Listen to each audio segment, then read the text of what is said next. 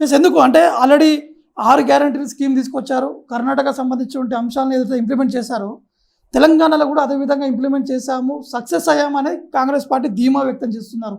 అందుకే ఆ సక్సెస్ మంత్రతోటి ఇతర పార్టీ ఉన్నటువంటి నేతలు మా వైపు చూస్తున్నారు అంటున్నారు. రేవంత్ రెడ్డి గారికి ఒక సూటిగా ఒక ప్రశ్న. ఈరోజు గోదావరి నుంచి వచ్చినటువంటి నీళ్ళు ఏ ప్రాజెక్టులు అయితే నింపుకొని కూర్చున్నారో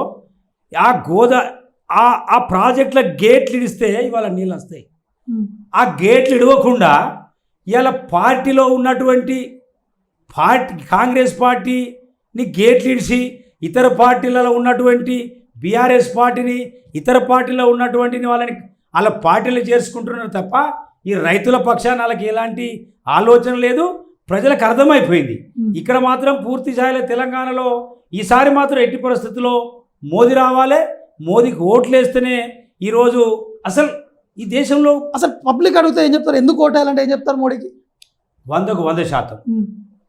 ఈరోజు 9.5 సంవత్సరాల క్రితం వరకు దేశం పరిస్థితి చూసినట్టయితే క్లిష్ట పరిస్థితులలో ఉండే దేశం.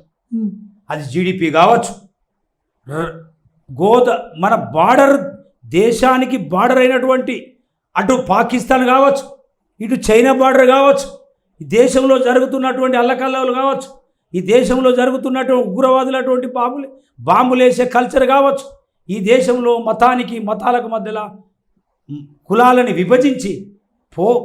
విభజించినటువంటి సమస్యలు కావచ్చు, ఇవన్నీ 9.5 సంవత్సరాల క్రితం వరకు ఉండేటి.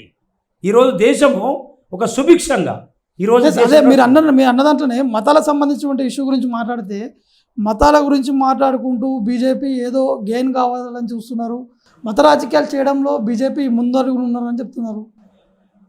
ఈరోజు ఈ దేశంలో ఉన్నటువంటి 140 కోట్ల మంది నా కుటుంబ సభ్యులని చెప్తున్నారు నరేంద్ర మోదీ గారు అటువంటి భావజాలం లేదు.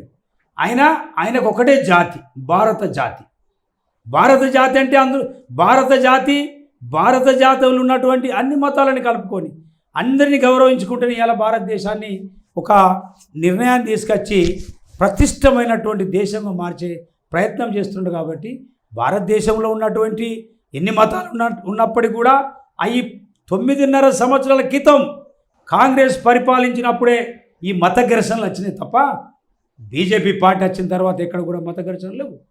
కాబట్టి ఇక్కడ మతాలకు కులాలకు తావు లేదు. అందరూ దేశంలో ఉన్న నివసిస్తున్నటువంటి దేశంలో ఉన్నటువంటి ప్రతి పౌరుడు నా పౌరుడు అనేటువంటి భావజాలంతో నరేంద్ర మోదీ గారు ముందుకు పోతున్నారు. కాబట్టి అటువంటి భావజాలం లేదు. ఇక్కడ విభజించి పరిపాలించే ఆలోచన అంతకంటే లేదు. కాబట్టి కాంగ్రెస్ పార్టీ మనల ఈ యొక్క దేశంలో ఒక రకమైనటువంటి మైండ్గా గేమ్ ఆడే ప్రయత్నం చేస్తున్నది తప్ప బీజేపీ పార్టీకి ఎక్కడ కూడా అటువంటి ఆలోచన లేదు.